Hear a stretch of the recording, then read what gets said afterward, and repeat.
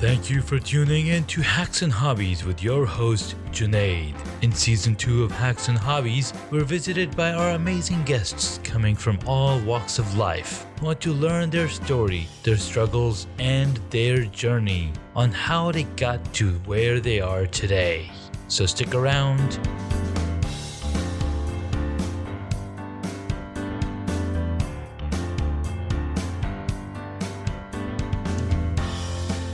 In this episode, we get to speak with Jessica Barclay.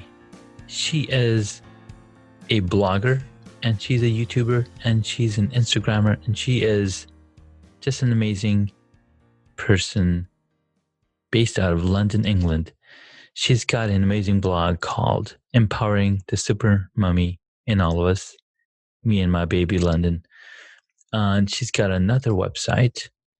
She also hosts the supermumsociety.com, and she's all about empowering the moms in all of us. And as a father myself, it is very important to have that mom part, because at times you have to do the changing of the diapers, the cooking of the food, and getting the kids ready to school in the morning. It's important. So I'm very happy that we were able to get her to be on the podcast today. Thank you so much, Jessica, for coming onto the podcast. Thank you for having me, particularly with the time difference. Yes. There's a lot of time difference juggling with me at the moment. I had last week, I was talking to Australia, Texas, and the UK. And this week, you're my first one this week. So America and where else am I? I'm back to Australia again. Australia and UK. That seems to be my theme. One America, one Australia, one UK. I'm trying to get to talk, bring a guest from Australia on my podcast. She was visiting here in the US. Dancing Diana. She's got an awesome story. Trying to get her on my podcast as well. And it's like, okay, her morning is my nighttime. Like, oh my God, it's crazy. I'm doing a 9 p.m. on Sunday, and Sunday is normally like sacred family time. Oh yes. We do church in the mornings and then some sort of family activity in the afternoon. And but I've ended up with two, because not only are they podcasts, but they record them. One of them's to be edited, but she's got a little one and only has very small pockets of time that she's able to do recording. Yeah. So I can appreciate that. So I agreed to do that one as a one-off. And the other one goes out live. So we have to try and find a time where the audience will be available to watch the live recording, both for the UK, because he'll be advertising that I'm coming on and my UK followers will want to watch that. Yeah. And also his Australian followers will still be around to come on. So by 9 p.m. in the UK gives us, I think, 6 a.m. on the Sunday morning. So at least people will be more likely to be up and around, as opposed to trying to get a 7 a.m. on a weekday when everyone's going to be off to work and things. So exactly, it's a lot of tricky juggling with the podcast sort of side of things. I've got my so I've got one podcast which is Motherhood Motivation, which is linked to the Supermum Society, and then I also have another podcast called Mummy is Doing a Beauty Pageant, which is linked to my sort of big life goal. Basically, I've got I write down my goals every morning as if I've already achieved them. Yeah. And my top three, I won't go into like the smaller ones underneath, but my top three big ones are to be a good wife and mother, to have a good, I write it as I am a good wife and mother. I'm not married yet. He's not won that award yet. But we're not married yet, but I have our little one. And so it's to be a good wife and mother. I have a good relationship with God, because as a Christian, that's very important to me. And then I have represented the UK at the Galaxy International Finals. Nice. So the Galaxy is a beauty pageant system. It's international, and it's the international finals are in America. They've been in Florida the last few years, and next year they are returning to Chicago. They used to be in Chicago. Nice. So I've never been to the US So that's kind of part of it. It's funny. Quite a few of my bucket list items involve the US. There you go. I've always wanted to see a giant ball of twine, which apparently the biggest, or was the biggest when the person I was speaking to saw it, is in Kansas somewhere. So I need to research that. And I don't know where that dream came from. It's always been there that I want to see this giant ball of twine. So when I finally get to the Galaxy finals, we will have to fly somewhere within the US and find this giant ball of twine, because I feel like I need to get that off my to-do list. And then I want to see the lights in New York at Christmas. Yes. That's one of them. And to take my daughter to Disney World. So I want her to be a little bit bigger. She's only 2.5 at the moment, and I'd like her to remember it. I think if you're going to spend that much money, I want her to remember it. And yeah, we want to do I'm not a big ride person, but I want to do all the parades have breakfast with Mickey and go around and find as many princesses as we can to have pictures with. Those kind of bits. The 4-hour queues to go on the rides is not my. No, those are not fun at all. When we last went to, no worries. Hope you get well soon. Oh yeah, this cough's been driving me nuts. I think part of the problem is I'm not letting it heal because I'm recording a lot of podcasts between. You're talking, you're not resting. Yeah. Well, I'm doing interviews for other people, and then I'm interviewing people for mine. So I put out 2 podcasts a week on the pageant podcast, 2 podcasts a week, plus the occasional bonus one if I feel like something needs to be said. So there was did my body stats on my Instagram. And I wanted to go into that further because as a personal trainer, I work in the health and fitness industry. I think those are very important, but I also know that there are a lot of young girls in pageantry that have body confidence issues or that come into pageantry to help with body confidence issues. And I didn't want them looking at them and going, my numbers are loads bigger, or I need to be tracking, or what they need to do. So suddenly from this little Instagram post, I had to do a whole extra podcast episode to really fill out the information. And then I do one a week for motherhood motivation. So suddenly I'm like 3 to 4 podcasts. And my poor throat is like needs resting. Struggling. So I keep trying to hit mute as I cough, but my timings can be a bit off. No worries, it's fine. We can edit it out. Power of technology. All right, so that's really cool. Yeah, so I think we've been wanting to go back to Disney World as well, but my youngest is, 1.5. So we're like, all right, till she's 2 years old, then we can go. Yeah. So we'll see when that happens. I'm aiming for 4th birthday because in the UK, our little ones go into the school system by the time they're 5, and she's an April birthday, so we'll hit it in term time. So the queues prices will be cheaper. The queues won't be so bad. And she was just old enough to really enjoy the magic of it. And before she becomes like a cynical. Yeah. She's not a real princess. That's just someone in a costume, mummy. So 4th birthday, I want to get her a dog for her 3rd birthday, which my partner does not agree with at the moment. And bone of contention in our house. And then Disney World for her 4th birthday. But she's got 2 of her godparents are Disney obsessed and have been many, many times. So they will both be recruited to help plan out all the things we need to make sure we book and do. But breakfast with Mickey is on my big wish list there. Nice. But it was kind of nice, actually, that the Galaxy finals have moved from Florida, because a lot of the girls go to Disney World when they go to the Galaxy finals. Yeah. And I was like, but I want it to be about our family. I don't want I don't want to tag on to another trip. Because when I get to the Galaxy finals, when I get to the Galaxy finals, it's going to be mega. I've worked very hard for it, and I've competed a couple of times already and not got the title, and this is my sort of comeback year after having my daughter. And probably one of the most expensive hobbies after horse riding that I know of, but it's fabulous. And so when I get there, I want that to be just about that. And when I do Disney World, I want it to be just about that. Yeah. But the ball of really twine, cool. I don't mind tagging the ball of twine onto either of those trips. But no, ball of twine would be fun to see. ball of twine's an add-on, but the other two need to be separate. Yes. It's funny, I always thought I wouldn't be accepted until I moved to the US. I thought I needed to live in America, but I'm very British and I love being British. But maybe that. You guys over in the US, you seem to like that. You seem to like the accent and things like that. So maybe that was part of it. And then I found my place by coming to London because everything's bigger and brighter and in my eyes better in London than any other bit of the UK. And so I found my balance of needing that in my life. I found acceptance by coming to London. And yeah, I live in Southwest Greater London, so I've got literally I look out the front of my house and it's sort of the busyness, and we're on an ambulance route as well, so it can be a little my goodness.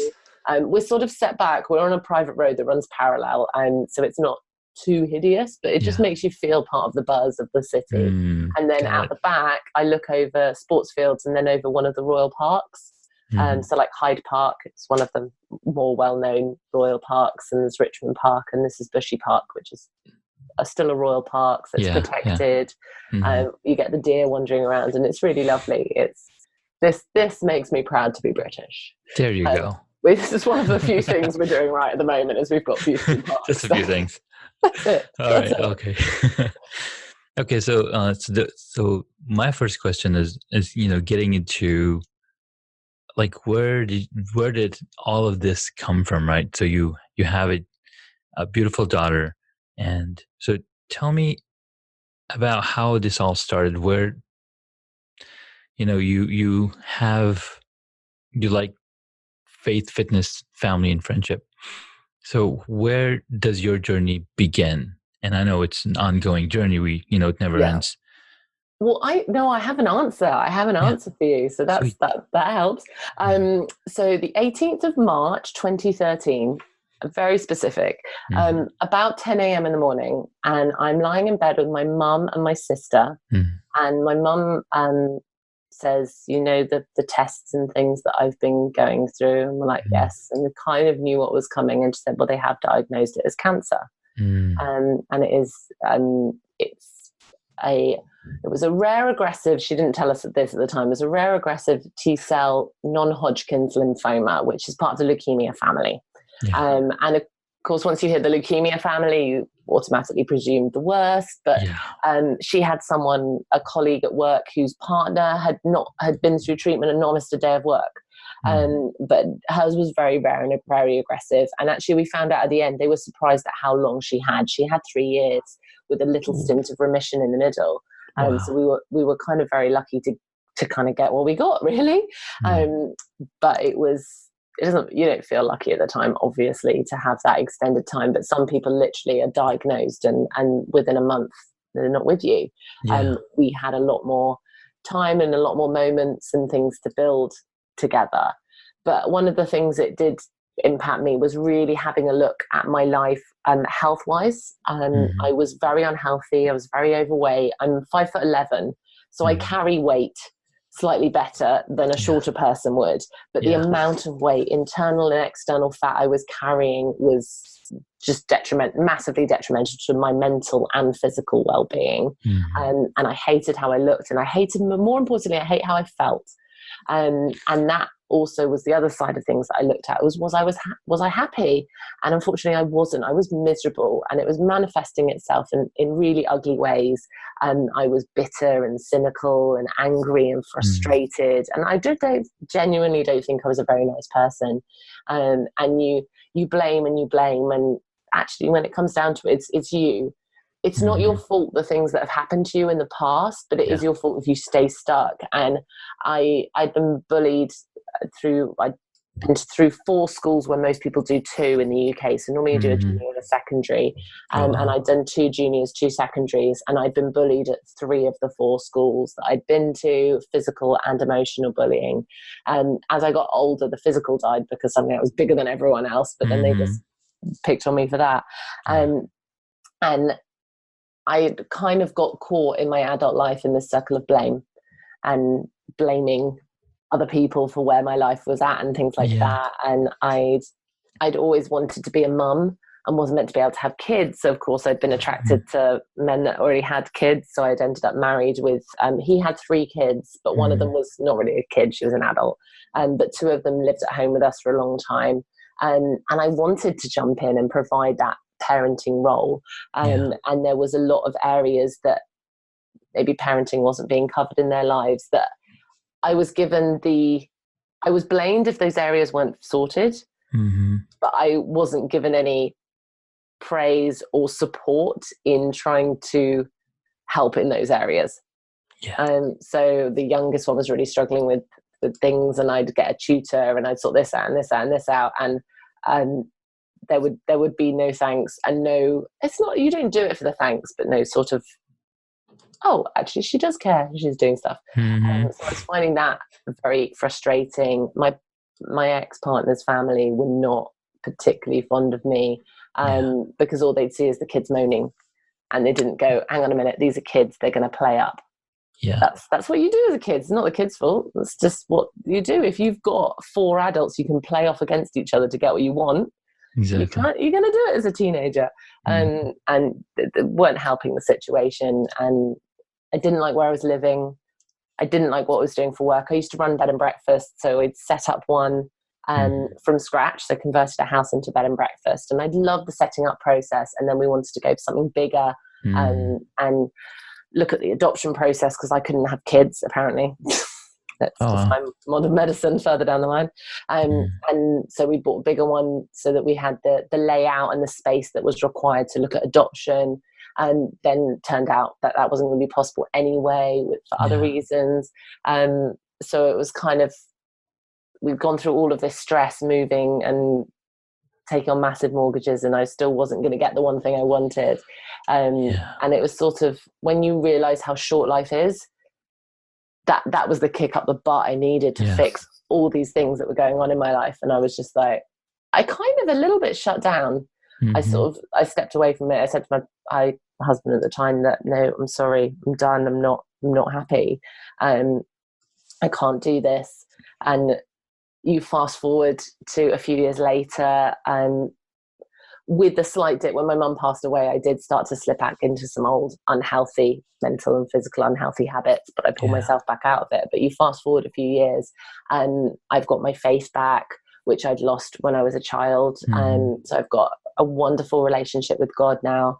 I've got an amazing partner that supports and encourages, and I love his family dearly, and they're awesome.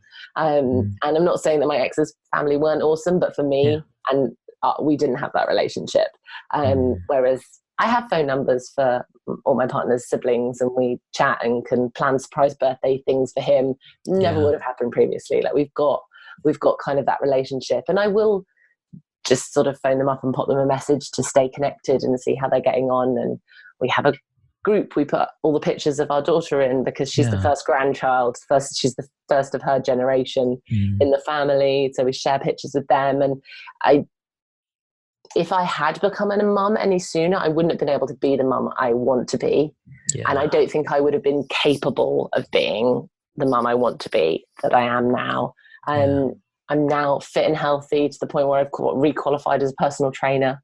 And I'm at the moment with sort of pageants. Well, I say pageant looming, the pageant's in March, but I believe in a long, slow process. But at the moment I'm 90 minutes a day, 6 days a week. So I train a lot, and I train hard, and I freak out people in the gym because I dance around between sets. And I am the ball of positivity and energy. I'm so the opposite of that person that was laid next to my mum when she said she had cancer. Like I don't recognize that person. And we do have a picture from that day. My sister's kids came and got in the bed, and we have a group photo, because it was funny to take a picture, but it was the moment everything was going to change. And everything did change so much in that moment. I mean, my sister, trained accountant, is now pursuing a career in acting.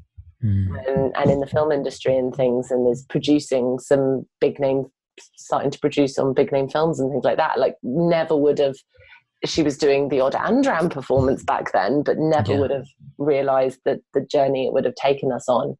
and the understanding for life and the importance of actually loving our lives, which seems so obvious that we should be happy in our lives, but so many of us aren't. We're living for the weekends, and there's still people. I'm 32, and it feels like an age where you should start to getting your life together a little bit, or at least have an idea of some things you like. And yet I've still got friends or acquaintances from school that are living for the weekend, and they're still trying to push through that job that they don't like because it will get them to the next step, and that will get them to the next step, and that will get them to the next step. And when they hit 60, they'll finally be doing something they like. And I'm like, I mean, it's not, it's not, I mean, it's not all over at 60, but there's a lot that you can't. Your body isn't, you haven't got the energy or anything left to do it. If you're female and you want to have kids, pursuing your career for too long can be a close a door. Men, you get a slightly longer window, but women, that fertility door can shut a lot sooner, and particularly with how stressful our lives are, which lead us to making other unhealthy choices. I mean, London, there are literally people getting through their working week with Class A drugs and high-powered positions, and you wouldn't know it, but it's that level of stress, and they don't stop and think, or could I be happier? And there was an article I wish I'd saved because I can't quote it properly, but basically saying there were people in high level management positions that they would be financially better off if they stuck with middle management, because they had to spend so much more money on anti-stress things. Now, some of those were healthier, like being a member of a nicer gym, having a personal trainer, having to buy much healthier food to combat the stress, therapy, things like that. Some less healthy, like drug addiction and alcohol addiction, that was helping them deal with the stress of that. But financially, it was more expensive to be in higher management because they weren't happy. And why is it we're so afraid of pursuing happiness? I just absolutely find that nuts. That's so funny, because just today I was watching Gary Vee talk to Lily Singh, and you probably heard of Lily Singh and Gary Vee, right? Yeah, I know. Over the times. Well, not personally, but and they were talking about the same things. He's like, if you're not happy in what you're doing, why are you doing it? Like, who are you trying to make happy, right? And it's just so true. Really interesting, because he always seems angry and miserable, and he doesn't look healthy. He doesn't look well. I saw him speak in London live, and he just and me and my friend sat next to each other and we're like, he doesn't look well. He really doesn't look well, and maybe that's just how he looks. That's just how he looks. I would love to interview him and be like. Stop! Quit the bravado, quit the noise, because he's very loud. And I'm like, bring it down, calm, because there's some other people that I follow that I know him quite closely, and they speak so highly of him, and that for me is much more. So Amy Landino, who runs Detail Therapy podcast, Amy, and Amy TV on YouTube, I just find her amazing, inspiring, and I did really awesome. A mastermind day with her last November that was absolutely incredible, and Vincenza, her husband, is just so inspiring and wonderful, and they both rate him really, really highly, so I know he must be awesome if they rate him highly. I'm just like, you seem really angry, and I suppose it's that, I guess it's the English American thing, is I guess it's passion, but in English as opposed to in American, it comes very aggressive. But I'm like, go cuddle your kids and smile for 10 minutes. No, like, so it's a good point. He does seem like he's angry, but I think he just wants the best for the world. Yes, people. Exactly. Yeah. Like he's telling everybody, go experiment. You want to be an entrepreneur, go be an understudy with an entrepreneur in the space that you want to be in.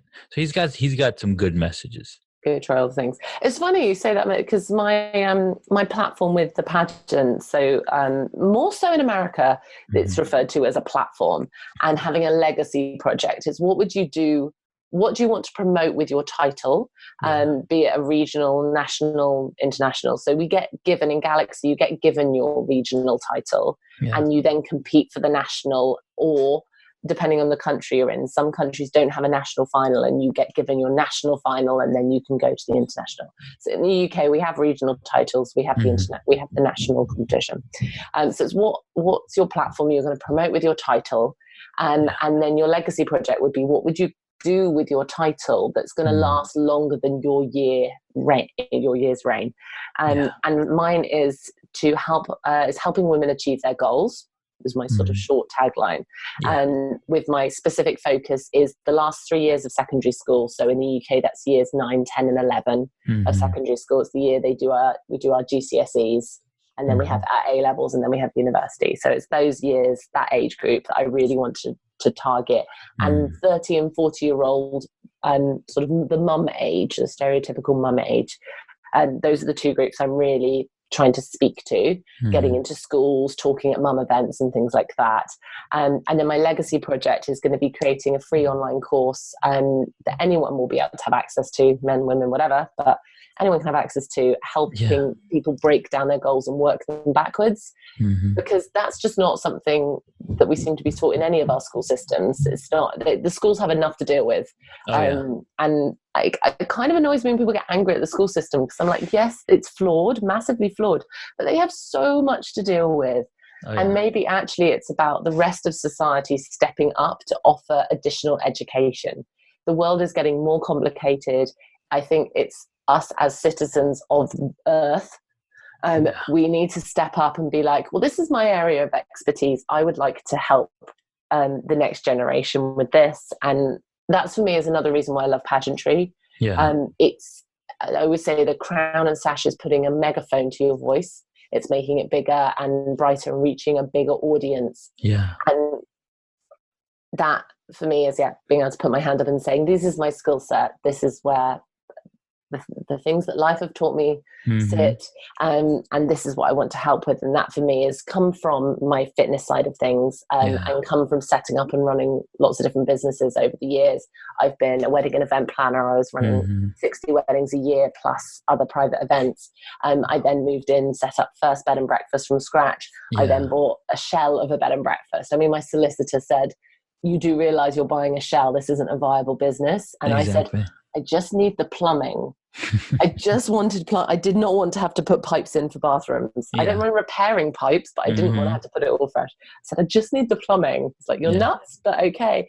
And it was massively successful. And I mean, I left it behind when I split from my ex, and he wanted to stay in the area and wanted to run that kind of business. And I didn't want either of those things anymore. So it's really nice that, because we're still friends, it's really nice that I was able to help get that started and create that for him, because he said himself he would never have got to that point without me. And because it played on my experience. He didn't have experience in hospitality or setting up businesses or anything like that. It played to my strengths.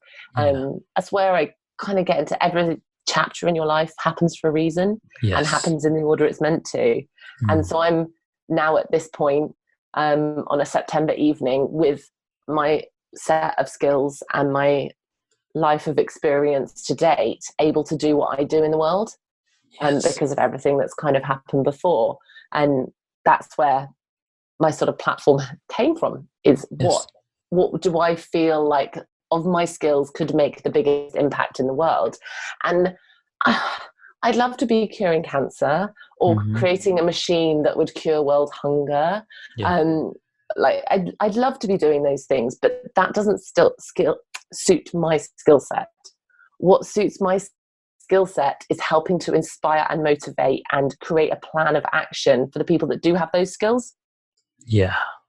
It's the same, having a dream and turning it into a goal and then making that into an actionable plan, and then working out how you can find time in your days, weeks, months to make that plan a reality and that goal a reality. That's my skill set.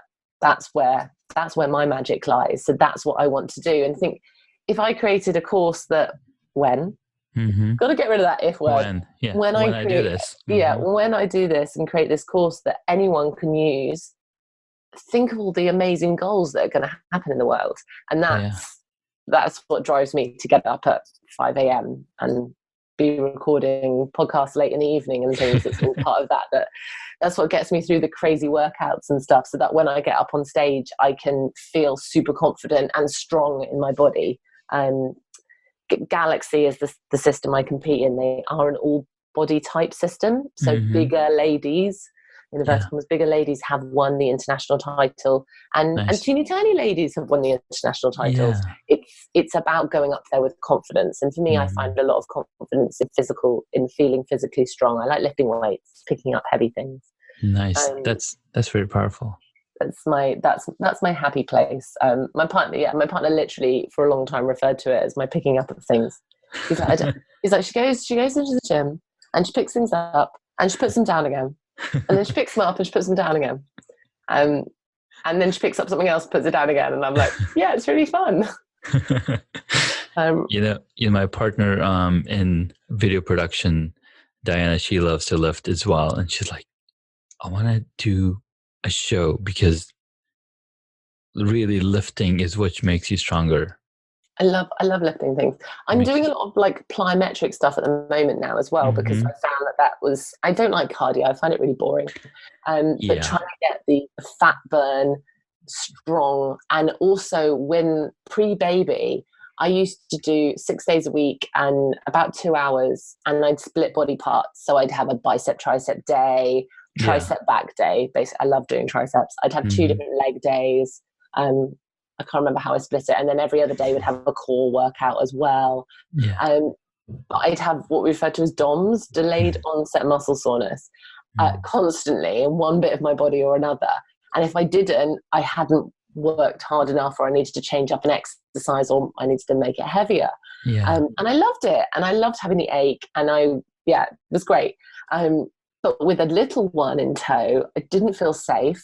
Some days my muscles are like shaking because they're so tired, and I was like, I can't do that and safely carry my daughter up and down the stairs. And we have a lot of stairs in our house. We're a narrow house, we're split over 4 floors. It's a lot of stairs to carry. And I mean, she's 2.5 now. She can do the stairs if I like hold her hand. But sometimes mommy's in a bit more of a hurry, and I'm like, no. And she's 15 kilograms now. She's 15 kilograms, and I'm like, I just need to be able to grab you and run up the stairs. Split body part heavy lifting is not going to be in my life for a while. So I've been doing a lot more plyometrics and things. So I'm holding heavy weights and jumping on and off stuff, and swinging them from side to side, but controlling the swing, and having a lot of fun with it. There's definitely a lot of fun in my workouts at the moment. I get some very odd looks from the other people in the gym that are like, I'm just going to sit here on this exercise bike for an hour. And I'm like, I'm jumping around everything. It's quite funny the looks I get. And because of the mirrors in the gym, you can see people looking when they don't think you when can. They're looking, it's really funny. It's really funny, but I love it. I love the energy. Like felt so sick this morning. And now my daughter's in nursery in the afternoon. I was going to train. This was my first full week to train the same time every day in the afternoon. And I went and signed up for a cycle challenge this morning that they're running in our gym. And I was like, I've ruined that one. That's all right. I'll go do my half an hour on the bike, because I think we're cycling to the moon. So I'll go do my half an hour on the bike, and then I will do my training session, and then I don't have to come back later in the afternoon. That's fine. Got there, 2 minutes to spare to jump on this bike to help cycle to the moon, and they were like, you're not booked onto this slot. And it turned out they told me they'd booked me and they hadn't put me on it. They hadn't held the slot. So I was like, I'm now Friday evening. I'm going to go back to the gym. Luckily it's the slot I would go in and do my walk training for my pageantry. So I go in and do about 45 minutes of literally practicing my walk routine again and again, and then I'll film it so I can watch it back, and then they'll do the walk again and again and again.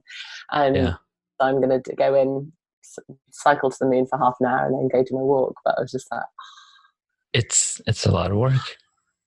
It's a lot of work. You gotta love it. People always ask me, what's your diary like? Let's get something in the diary. Can we get in a coffee? Can we get in a catch up? What's your diary like? And I'm like, it's Tetris. My diary looks like Tetris. And I do it on Google Calendar, so it is all in different colours. So it does literally look like sort of weird Tetris game, and people are like, it's very pretty, but that looks insane. But for me, it makes sense. I know what's going on.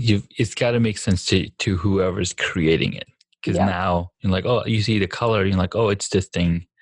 I know that. And it's really nice because so I've got purple as my personal colour. So I'll look at my week. I do a weekly review, and I'll look at my week and go, there was really not very much purple in this week. I need to have a bit more me time next week. Or there wasn't much orange, which is a family colour. And then I have like a colour for big events. I didn't do anything I didn't do any pageant prep this week.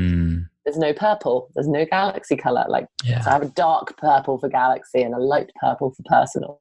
That's really so. What system did you devise this own system for yourself?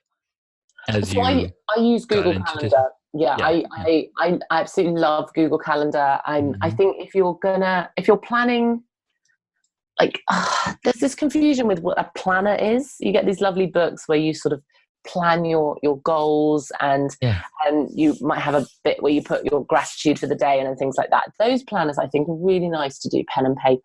But when it comes to actually blocking out your time slots, I'm all for digital, and no one will talk me out of it. Amen. Because if things change, you can move them around. You can automatically put stuff in as a repeat event, and then you can change that repeat event when you need to. Time effectiveness, it needs to be digital. And if you've got enough time to waste, then great, but I do not. So I'm all for digital. And then I've separated within Google Calendar, you basically set up calendars within the calendar, and each of those will be a different color. So you'll see them all on the same screen. But you can click to just view one at a time. Just show me. Just show me my childcare plans for the week, or just show me what galaxy stuff is happening this week. And then you can share specific calendars with your partner or co-worker. So my partner has only just seemed to be starting to use any kind of calendar, and I did bring it up at dinner this evening. I was like, at some point it would be really helpful to get you onto Google Calendar, because then I can just automatically share our childcare arrangements, or where I am and what's going on. But he doesn't need to know my workout plans for the week. And he doesn't need to know when I'm planning to go and do the food shop, unless I'm ill. So that would be great if I'm taken to my bed properly sick. Suddenly I can share with him what I was meant to be doing that week that would have kept the house running. And he can pick up what he can pick up. It's I need to get him onto it. Everyone always finds it really funny that I haven't got him onto it yet, because I'm such an advocate for Google Calendar. I need to buy shares in Google Calendar, because I'm constantly going on about, you don't have Google Calendar, why have you not got? And one of my courses, I teach a workshop, and in it there is a section about setting up your Google Calendar. No, it's very important. My wife and I, we share a calendar. So we have a shared calendar, a family calendar in which her mom is involved, because her mom's local. So if anytime the kids have an event, we'll put on the family calendar or the shared calendar. Like, oh, we've got soccer practice, so we got to go to this thing and that thing. But it's super, super helpful. And anytime I have an event, like I need to go shoot a commercial, or I need to go do a podcast, I automatically share my appointments on the shared calendar, so she knows that, hey, I've got a call coming in, so I'm not available at the moment to do anything. But super important. Super important. You're a team, you're a unit. I always say that we are a team, and the team has to help each other and support each other, and if one member of the team is struggling with something, the other members of the team jump in and help out. And I mean, it's never a tit for tat thing. It's just how the team unit works, and what's my struggle is my partner's struggle, and what's my partner's struggle is my struggle, and what our daughter's struggle is what she has no struggles. She's 2.5. The biggest struggle is not wanting to get out of her bed at lunchtime nap at the moment. That is a real struggle. She's gone from having 2.5 hours to 1 hour because of preschool times, and she is not impressed at all. From the moment you get her up, we've got about 15 to 20 minutes from getting her up she has a bit of pear. She doesn't want to get out of bed. Is that what it is? No, she does not. She's like, I think it's at that point where she's hit the deepest bit of sleep and she's just not. But by Wednesday, she's got used to it. So when Wednesday, Thursday, Friday is not so bad. And then at the weekend, it's normally some variation. This weekend we were at a wedding all day Saturday, and then Sunday we went and got her autumn winter clothes and a few bits and pieces. There's a big shopping centre we go to twice a year to do those bits. So she had a bit of car sleep on both days, but no like proper nap in her cot. And then she's come today and been like, "What? You're getting me up? I've only been here an hour. Like, leave me alone." And she literally will be like, "No, me sleep more. Me sleep more." And you take all the blankets off her and she'll bury her head in the mattress like, that's hilarious. "I still see you. We're still getting up." And she loves preschool, absolutely adores it. But that, like 15 minutes between like prying her out of her cot and getting her in the car, or we've got a bike with a big box on it that she sits in. And getting her a bike is just tear tantrum. Well, I wouldn't say it was a tantrum. It's just she's broken-hearted. She's crying like someone has broken her heart that sleep time is over. Oh, well, my daughter can't wait to get out of bed. She doesn't like sleeping either. She's got a major FOMO. She's like, I'm going to miss something. She's also keen on the going to bed. She's better at going to bed at lunchtime, but going to bed in the evening. Like, no. It's like not so keen because she's just got, I say she's just got daddy back. She gets daddy for like 2 hours, 5:30 to 7:30. And he does a lot of the bedtime routine because I'm with her most of the day. Once she's at full-time school, there'll be some fighting for who does bedtime. We're all going to end. We need to get like a triple family shower so we can do family shower. She gets a shower or a bath with one or the other of us, and at the moment it's fine because I get her a lot of the rest of the time. So he does gets to do those times with her. But that's cool. Like, I want more family time, and then we sit and have cuddles on the sofa. And sometimes because of work, and I might have to still have my laptop out. It doesn't happen too often. Like this evening, there's a form thing for her preschool I have to submit before tomorrow's preschool. And I know the rest of tomorrow is nuts. My only window of time to do it while my brain was functioning was over family cuddle time. So we kind of all cuddled, but I still had the form out, filling it out. But it's life. And a lot of people a lot of people don't have time to sit and have that family cuddle with or without the form. So, but you beat yourself up, don't you, as a parent? You never feel like you're never doing well enough. Yeah, exactly. And then when you ask from the perspective of your kids, they're like, "Why are you always in my face?" Or as they get older, anyways. Go away. What are you doing? I don't like those words. Is one of Felicity's favorite phrases. So if I'm like, "We're getting up now," or "It's time to go home now," she's like, "I don't like those words." Well, I'm glad you can express your opinion that this is what's happening. We have things we call the mummy laws. So you have to wear your bike helmet when you're in the bike or on the bike. So when I say it's a box on the front of a bike, it's like a tricycle, like the big delivery. I think they were like bread deliveries in the olden days and things. It's a big one of those. It takes 4 kids and we only have one. But you have to wear your helmet in the bike. That's a mummy law. You're not allowed to date until you're 25. That's a mummy law. You're never allowed a scooter. Those little scooters the kids whiz around on. I don't know if it's so bad over there, but I hate them. And I mean, with London, like the roads are busy, the pavements are not well maintained, they're very bumpy, and these kids are going a million miles an hour, knocking old ladies over and risking being thrown in front of traffic. Like I detest them. So mummy law, she's not allowed a scooter. She's not allowed on a motorbike ever, and she's not allowed to ever date anyone that has a motorbike. Those are mummy laws. And I'm sure the list will grow, but they are laws that it's just no, this is just the way it is. And usually I like to try and explain things to her, but she knows that mummy laws are just because they don't get an explanation. That's just because. And the other one is, what's mummy's number one job? And she'll say, keeping Felicity safe. So sometimes that it can have quite a calming effect. If she's getting angry at, say, me having to hold her hand in a car park, or even walking on the pavement, and she's hot, she doesn't want her hand held. And we just stop, and I crouch down and I say to her, what's mommy's number one job? And she'll go, keep Felicity safe, with this sort of half eye roll thing. So, okay, mummy, your argument is more valid than mine.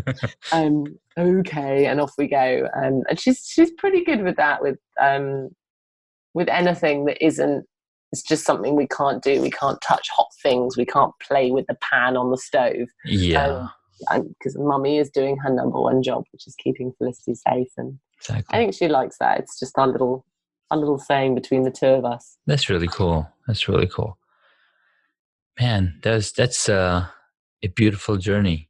And, it keeps on going. And as long as we're around, our journey keeps moving. And I really liked, when you talk about, every day in the morning, you sit down and write down your goals.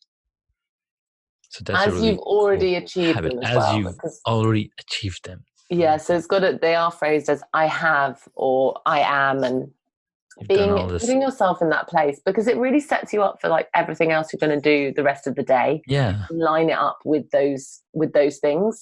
It's not, I mean, you do it with, there's an amazing pageant coach who has a pageant podcast called In a Pageant.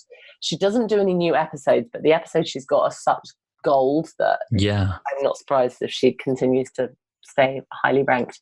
But one of her things is act as the queen would act, because how are the judges going to ever envisage you as a queen if you don't act that way? Exactly. So I'm sorry, I had to pause to cough. So I act the way I want to be, and then I am.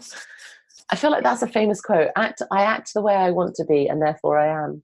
And so I act how I would expect a title holder to act, and I do the work and effort that I would expect of a national or international title holder, because I want the judges to see how I will be as a national or international title holder. And same with being a mum. Even on those days where I feel like I'm failing on so many levels. I mean, yesterday evening was one of the exact examples. I just felt like I was failing everyone and everything. And on the way back from our shopping trip, I phoned my partner in floods of tears because I was just so useless. Like, I was incoherent, but I was just having a meltdown, because we have to have them from time to time. Yeah. But the rest of the time, I pull myself together. And I'd be like, well, I might not be feeling like the great mum anymore, but I'm going to carry on acting like it. So I came home and I sorted out in my, like, a great mum is prepared for me. It's not necessarily what every great mum needs to be. But for me, my vision of a great mum is a mum who is prepared and organized. So I wasn't feeling it. So I went and sorted out all her clothes for the week. And I put them all, so each day of the week had a hangout with her clothes on. And it just calmed, like, sort of recentered me. And that's what writing that out in the morning does. It kind of centers you back to your main goals. There's a lady called Rachel Hollis, and the girl, she wrote "Girl, Wash Your Face" and "Girl, Stop Apologizing," which are just if you're female or you're raising a female, particularly the "Girl, Wash Your Face," you need to read. And she talks about completely lost my train of thought. Like, it's raising a female, just out the window. It's just such a good book. So I got so excited about mentioning the book. She talks about, it's gone. That's really embarrassing. It left the station. It's like, well, so I should write down my thought process to come back. It might come back again in a minute. Yeah, it might come back. But yeah, she's where I got the idea from, actually, of writing out the goals in the fact that they've already happened. Because she did that and she's achieved some absolutely amazing things. And I started doing it off her mentioning it, and she's shown in YouTube videos her, like, writing out the actual things and stuff that she's done. And it's just, very incredible and powerful. The other book, because I'm not going to remember what it was I was going to say previously. The other book, if you are female or raising a female, that I think people should read is one called Captivating. It is Captivating. It is a Christian focused book, but I do think there's a lot in there, even if you're not Christian. And whether you're raising from a very young age as well. So yeah, I'd put this on your reading list. Such a fascinating, I'm about a third of the way through, but talking about what the female as opposed to the male brings to the world. They did a male one. It's written by a man and a woman, and they wrote the male one, which I think is called Wild at Heart, which I haven't read.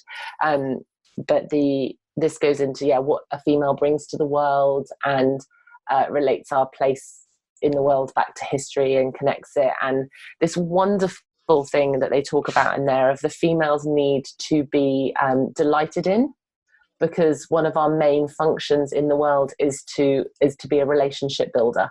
And for the benefit of humanity, one of the general female skills and gifts is this relationship builder. And it harks back to us as little girls twirling our skirts for our fathers and going, don't I look pretty, and things, actually has a much deeper meaning, which I just find absolutely fascinating. So yeah, that's another book I would highly recommend. I need to just share my Audible list. When I say people think I read all the time, but I'm mainly listening to things. Yeah, it's so much easier to listen because now you can do two things at the same time. Yes, we are driving places or cycling places, and Mummy is digesting lots of book knowledge. Yes, because that definitely adds to the kind of parent I want to be. The perfect parent, the great parent, consumes lots of knowledge and then filters it to what's appropriate for them, because we are filters, not sponges. It should be super important to be able to do that. And we've talked about some really, really awesome things. Thank you so much for sharing your journey. And so many things. There's so many things. It's unlimited. And when you're able to put your thoughts together on one specific topic and be able to talk on that topic, then it truly shows that, you've really taken in a lot of knowledge and be able to disperse it. Because as parents, we need to be able to do that and guide our children, because again, we are the first mentors that they have. And having mentors and having guides and coaches is super important. I think more so now than ever before. The world is getting more and more complicated. And I mean, part of my journey of becoming a parent was really analysing how my parents parented me. And it's not from a place of judgment. It's because they did the best that they'd been taught to do. And I think there's this, it's sped up very quickly suddenly.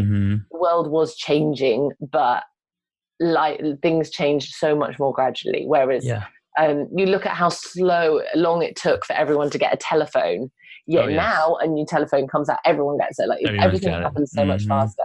And our parents weren't prepared to parent a generation that was going to have to deal with such fast change. They didn't have the skill set to do it. And now the world is so much more complicated. We as parents really need to be going out and finding the information, and it's a lot of pressure. And I do see I meet parents that are choosing to have less kids now, because there is more, they're going to need more guidance and more time of us. And that's part of why we've chosen to stick with one. Is she's going to need a lot more from us than we needed from our parents, and our parents needed from those parents, because of the world she's coming into. Obviously there's the eco impact of having less kids as well, which is always a bonus. But it used to be that you didn't survive unless you had lots of kids, because you needed the kids to run the farm so you could all eat. Exactly. And obviously in the UK, we are running out of space. We are physically running out of space, particularly in London. I did have a question about that, running out of space in London. So I was visiting my sister in Detroit, Michigan, and she had just come back from London, and she was like, she's staying in a hotel, but all of the hotels or Airbnb spaces that says this is a home, they were in shared spaces.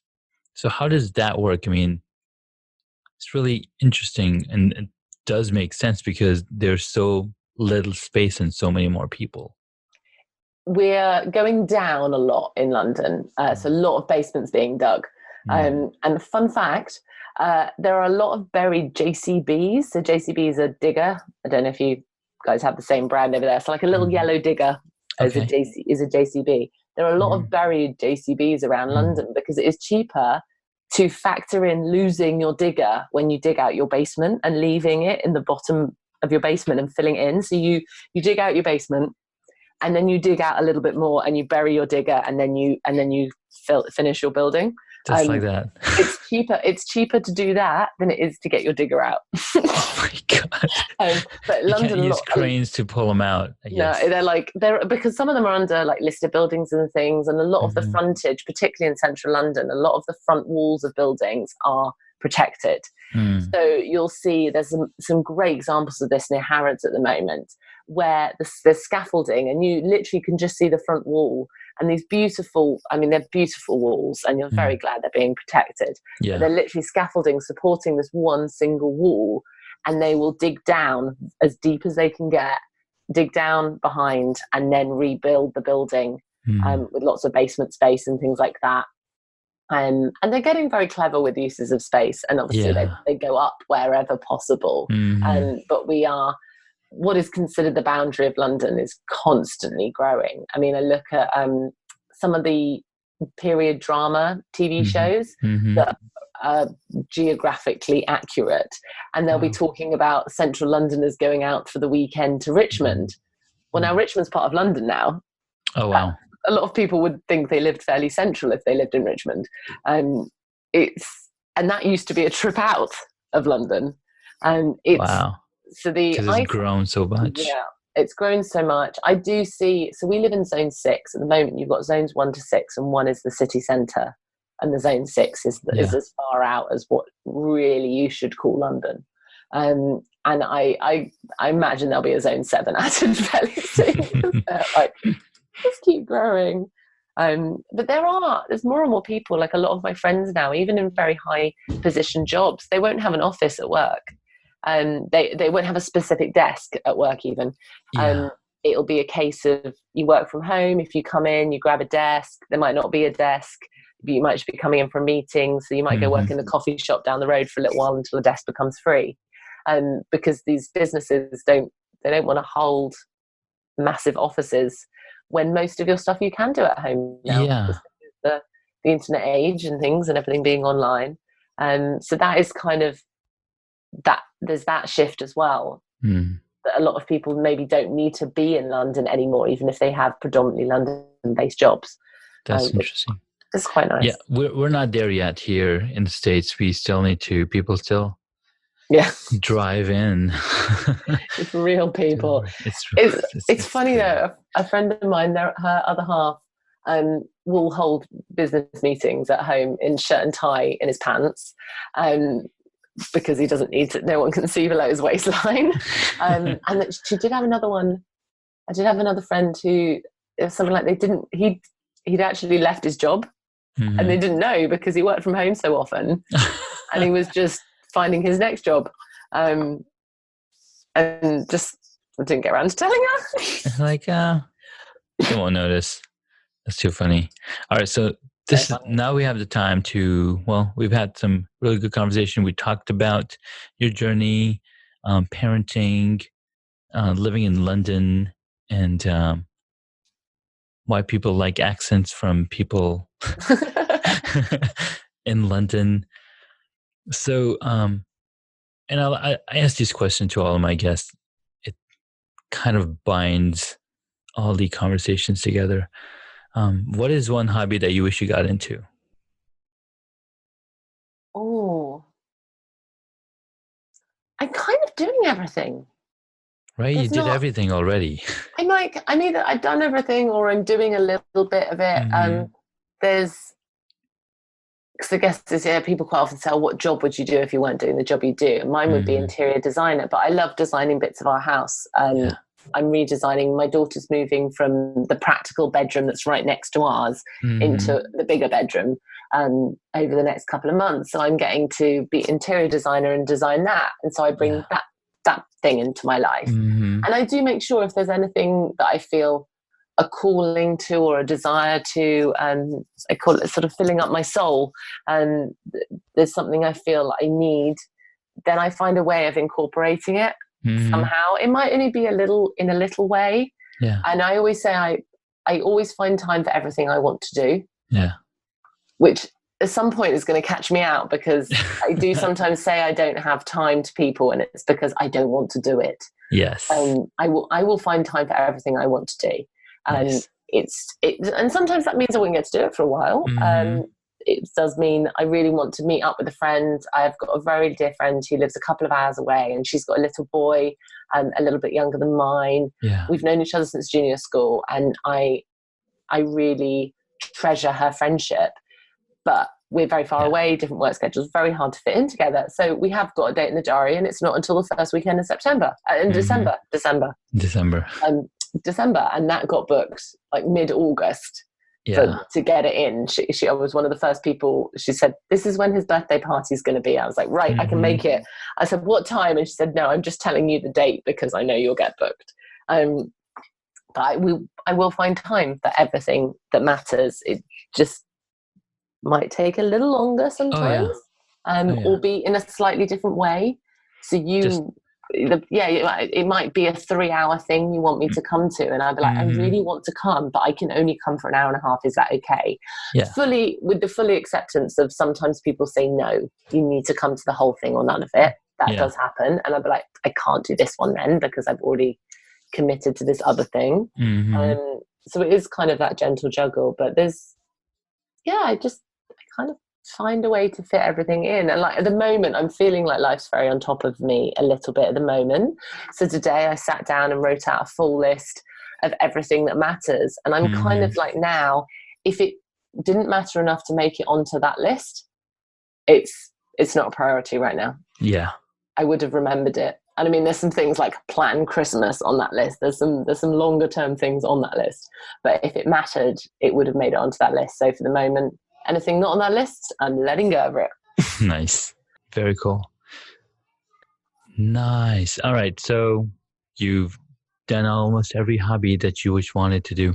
And well, the one hobby that you are doing right now is the pageantry, right? Yeah, definitely.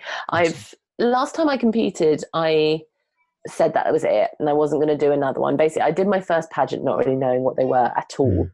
And after doing the first one, I was like, I want to come back and do this properly. And I'm just going to do it once, but I'm going to do it properly. And when I finished it, I was really pleased. I placed top 10 out of 70 ladies. And it was a big category because I was a miss then. And now I'm what we call an MS. I'm a Ms because I'm an older category. So it was a big category. And I was really pleased with what I'd achieved and how far I'd come, and said I wasn't going to do any more. And then, long story short, I signed up to do the next one and then got pregnant. My little miracle baby. So I stepped back for it, and then I looked after having my daughter, was it something I wanted to go back to? I went and watched, one of my friends was competing, actually 2 close friends were competing, and I wanted to go and see them compete. And so I went along to that one and was like, said to my other half, this is something I really want to do. And it was a case of what is my specific dream around pageantry. And it's like, was it that I just wanted to do an international final, in which case I could have found a system that maybe didn't have a UK final first. Yeah. And you can pay to go straight to an international. And I was like, no, I really want to have won my place, and I really want it to be with Galaxy. Yeah. Galaxy has my heart. It's just such a wonderful system around different body types, and you being you, and the team, the UK team that run it are amazing. And I've heard such amazing things about the American team. I've met the director of the American system, of the international system, Maria, and she's fabulous. Nice. Like the word fabulous was designed to describe Maria, and her dressing room, bathroom setup is amazing. She's done like some live recording in there, and it's just epic. Nice. So it was the whole community, and she always says with Galaxy, if you don't want to be part of the family, don't try too hard in the final. Don't try too hard. I want to be part of this family. So it was to represent the UK at the Galaxy International Finals was my pageant goal. Mm-hmm. And to do that, I have to win the UK final. So it's quite nice because last time I went in going, this is my one shot. Mm-hmm. Now I'm going in going, if I don't win this time, I just come back. If I don't win, I just come back. And I'll just keep coming because I can't age out of my category now. There's no age in MS. I'll just keep, and if I get married, then I just move into the Mrs. category. Mm-hmm. There's nothing now, apart from Galaxy disappearing, that can stop me from keeping going until I achieve that goal. So that's what I do. That's and it's cool. Taken some of the pressure off because I haven't got to do it this year. I will give it my absolute passion, desire, 100%. Like I've only got this year, but with that sort of pressure release valve constantly on, because I can just carry on. And when I do get and achieve that dream, I can't see myself leaving the pageant industry. It's brought so much to my life. But I love the idea of, I've got the podcast, so that'll keep me connected to it anyway. But I love the idea of being an ambassador for Galaxy moving forward, even when I'm not a title holder, because it's done so much for me and I kind of want to give back to the system. Nice. Also, I love the idea of going into judging and things like that as well, and presenting, because obviously all the contests need someone on stage announcing all the ladies coming out and to put them at ease when they're on stage and things like that. I do love I love doing presenting, so I love the idea of going into that side of things. And I sing. Nice. So occasionally I've offered to do entertainment for some of the smaller pageants and things like that as well. So it's a hobby that even once I've achieved my goal, I'll be able to keep doing. Fantastic. Next question. Should do them real quickly. So what is your favorite movie or TV show? Favorite movie is Gone with the Wind.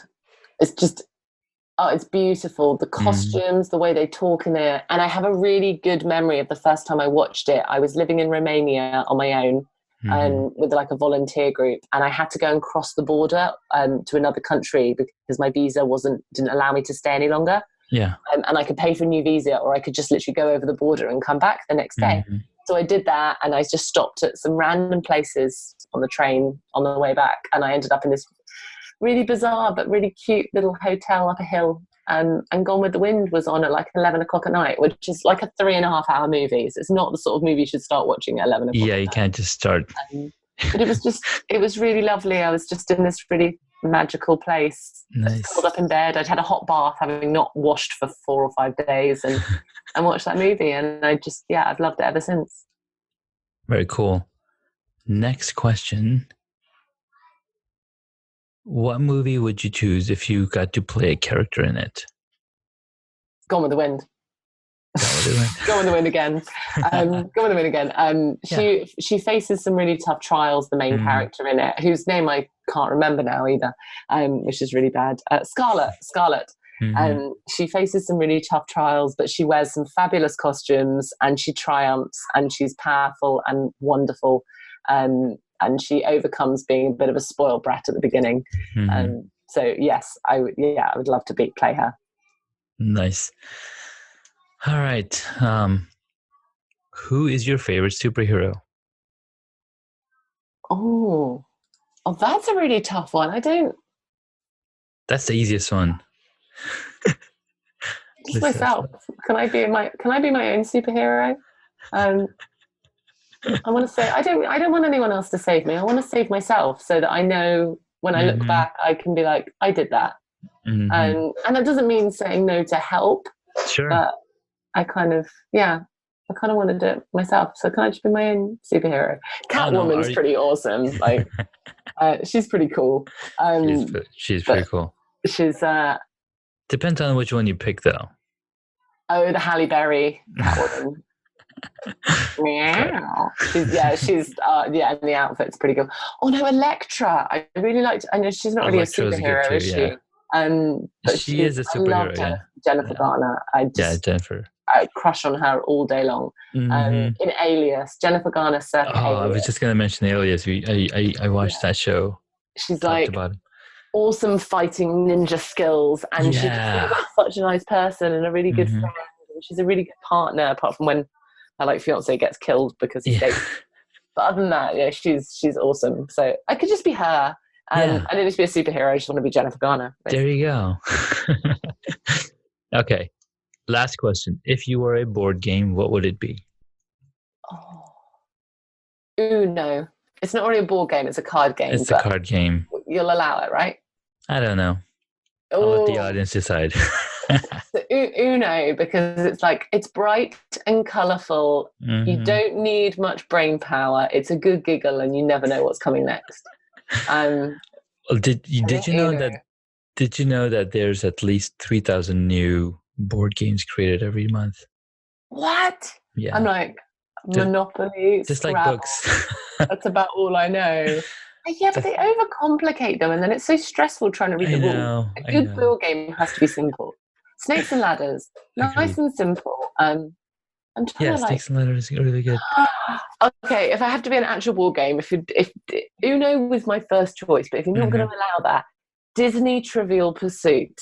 Oh, Trivial Pursuit. That sounds exciting. We watch a lot of Disney, and it comes with. I've got an old one. I need to get a newer one because we've watched a lot more Disney since this one came out. You get a DVD, so some of the questions you watch a snippet of the DVD, and then you have to answer questions and stuff like that. But yeah, Disney Trivial Pursuit, because it's fun for the whole family. Yeah, very cool. Well, that's a wrap. Where can my audience find you? Everywhere. So if you want to know more about the pageantry side and more about me personally, it's Mummy, spelt the UK way, so M-U-M. Mummy is doing a pageant.com. Okay. And for and my personal social media is MS, so Ms. Jessica _Alice. But the links for all of that is on the Mummy is doing a pageant.com. Cool. And then for all my Supermum Society stuff, so if you're interested in time management, organization, decluttering, all those kind of things, I have the YouTube channel, podcasts, and loads of free PDF downloads as well. Nice. All those kind of things. So whether you're a mum or not, if you need time management help, they're all there, and that's on supermumsociety.com. Again, UK spelling, I'm afraid, M-U-M. I tried to pick a name with mother in it instead because we spell it with an O. Same spelling everywhere. But Super Mother Society just sounded a bit like I think this is more chill and cool. Yeah, it's like... No problem. We'll definitely put the links in the show notes to all the places that you could be found. Thank you so much, Jessica, for your time. Thank you for having me. Sorry it's run quite long. I like talking. You can't tell I'm a public speaker or anything. It was fun. It was fun though. So you are a public speaker? Yeah, I do public speaking with both Supermum and with pageantry, with my platform of helping women achieve their goals. I do speaking with that as well. So lots of talking all day long. So this sore throat needs to do one very quickly. You need some breaks. Cool. Well, thank you so much. We'll definitely keep in touch. Talk to you soon. Thank you for listening to Hacks and Hobbies. You can find additional information on the guest today on the website hacksandhobbies.com. Please feel free to subscribe to the podcast so you don't miss out on upcoming interviews with amazing guests.